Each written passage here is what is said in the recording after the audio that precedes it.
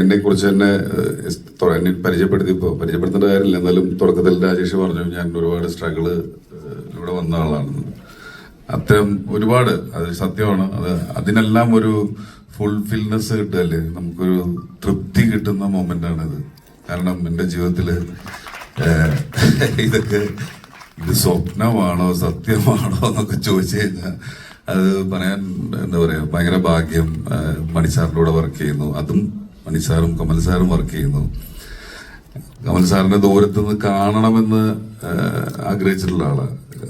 പൊന്നിയിൽ സെൽവന്റെ ഒരു ഫംഗ്ഷന് മണിസാർ വിളിച്ചിട്ട് ഞാൻ പോയപ്പോ സാറിനെ ഒന്ന് ക്ഷയിക്കാൻ കൊടുക്കാൻ പോലും എനിക്ക് പറ്റിയില്ല. അതിനുശേഷമാണ് ഈ പടത്തിൽ ഞാൻ വരുന്നത്, അഭിനയിക്കുന്നത്. അപ്പോൾ അതിനുശേഷം എനിക്ക് സാറായിട്ട് സംസാരിക്കാൻ പറ്റി, ഭക്ഷണം കഴിക്കാൻ പറ്റി, ഒരുമിച്ചിരിക്കാൻ പറ്റി.